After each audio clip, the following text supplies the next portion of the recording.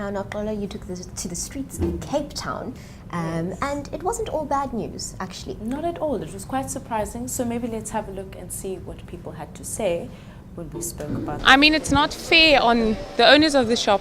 These people come here, they come to make an honest living. If people don't want to find work locally, then I don't think it's fair for them to take from others. These people are genuinely trying hard to provide for themselves and their families. Such action is definitely not justified. It's inhuman, it's sick, and this government need to just look at the situation and tell the guys, hey, just calm down, sit down, put everything on paper and look how we can find solutions to the problem here, because people are dying and that's not on, clearly. I think that's wrong because those Somalis are Africans. So I don't know why people are doing that. So I think it's really wrong.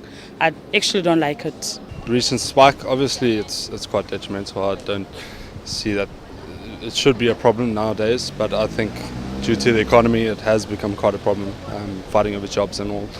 Obviously I don't agree with it, it's very horrible. I think it's unfair to the foreigners because our own people, they're not eager to help themselves. So now they sort of like, I think it's not worth it doing this harm to these people.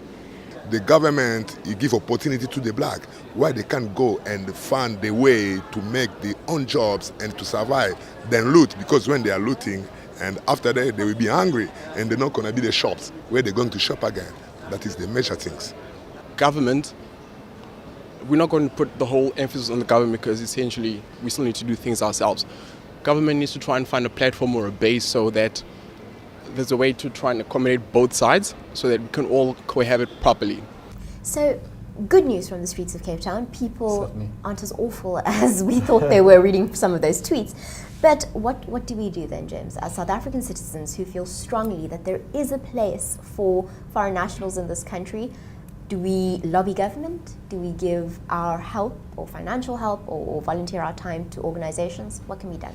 Well, I mean, that's a great question. I think that certainly there is a role to play by government and lobbying government, but also assisting and supporting the government in the context of foreign nationals, South African citizens. They can join the community policing forums within their area. They can assist in reporting incidents of xenophobic violence or xenophobic incidents in general. One of the things that we did as a law clinic is that we established watching briefs and went to go and see how and in what way we could assist prosecution, in what way we could assist the police force, and generally assist the government in pursuing and seeing to completion instances where there were attacks targeted particularly at foreign nationals. Because if we sit by as civil society, if we sit by as individuals and do nothing, then I'd say we're as culpable as the government. In also because we all have a role to play. I think that there was a suggestion by the South African Human Rights Commission about setting up xenophobia courts. I mean, this is also a potential option. There was speak of it also during the time of the World Cup, and there was a huge apprehension about xenophobic violence, and there was fairly large-scale displacement following the World Cup football. And this is something that we would sort of seek to avoid.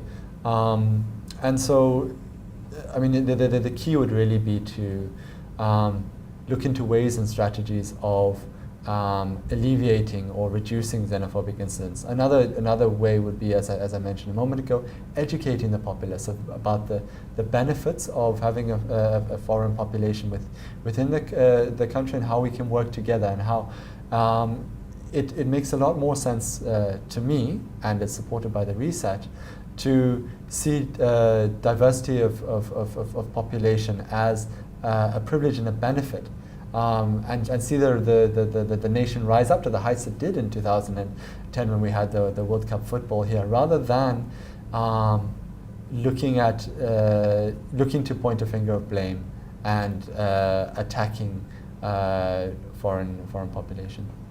Noxolo, won't you take us through Twitter one more time, please? Sure. So here we have Stix Manzanza, who says, when the people lose everything and have nothing else to lose, they in fact lose it. And they've also hashtagged a number of locations which have had a number of looting incidents in Gauteng.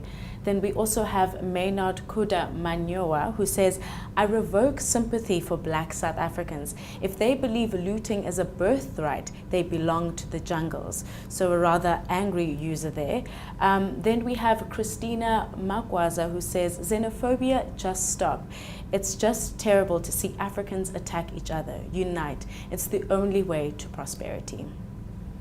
James, won't you speak to us about your work at the University of Cape Town? What is the Refugee Rights Unit? Well, the University of Cape Town Refugee Rights Unit is a research and advocacy training and legal practice institute unit, I beg your pardon. So basically we have a research component where we do a series of research into various areas, and xenophobia may well be one we'll delve deeper into. We have a teaching component where we teach at the master's level as well as in the final year of the LLB law degree with respect to the rights of refugees, the responsibilities of refugees and asylum seekers, and generally international refugee law. Then we have an advocacy and training section of the unit, and that unit focuses mainly on training and educating people about refugee law, about who refugees and asylum seekers are, and also ways of sort of working together, as well as advocates or lobbies the government, as you mentioned a moment ago, towards causes in particular towards improving the life and the livelihood for particularly vulnerable individuals and the persons of refugees and asylum seekers. And lastly, and a very important and large part of our practice, is our legal practice itself, which is on a daily basis receiving refugees and asylum seekers who have experienced difficulties either in the labor market, with respect to accessing education, with respect to access to documentation, which is often a fairly large issue,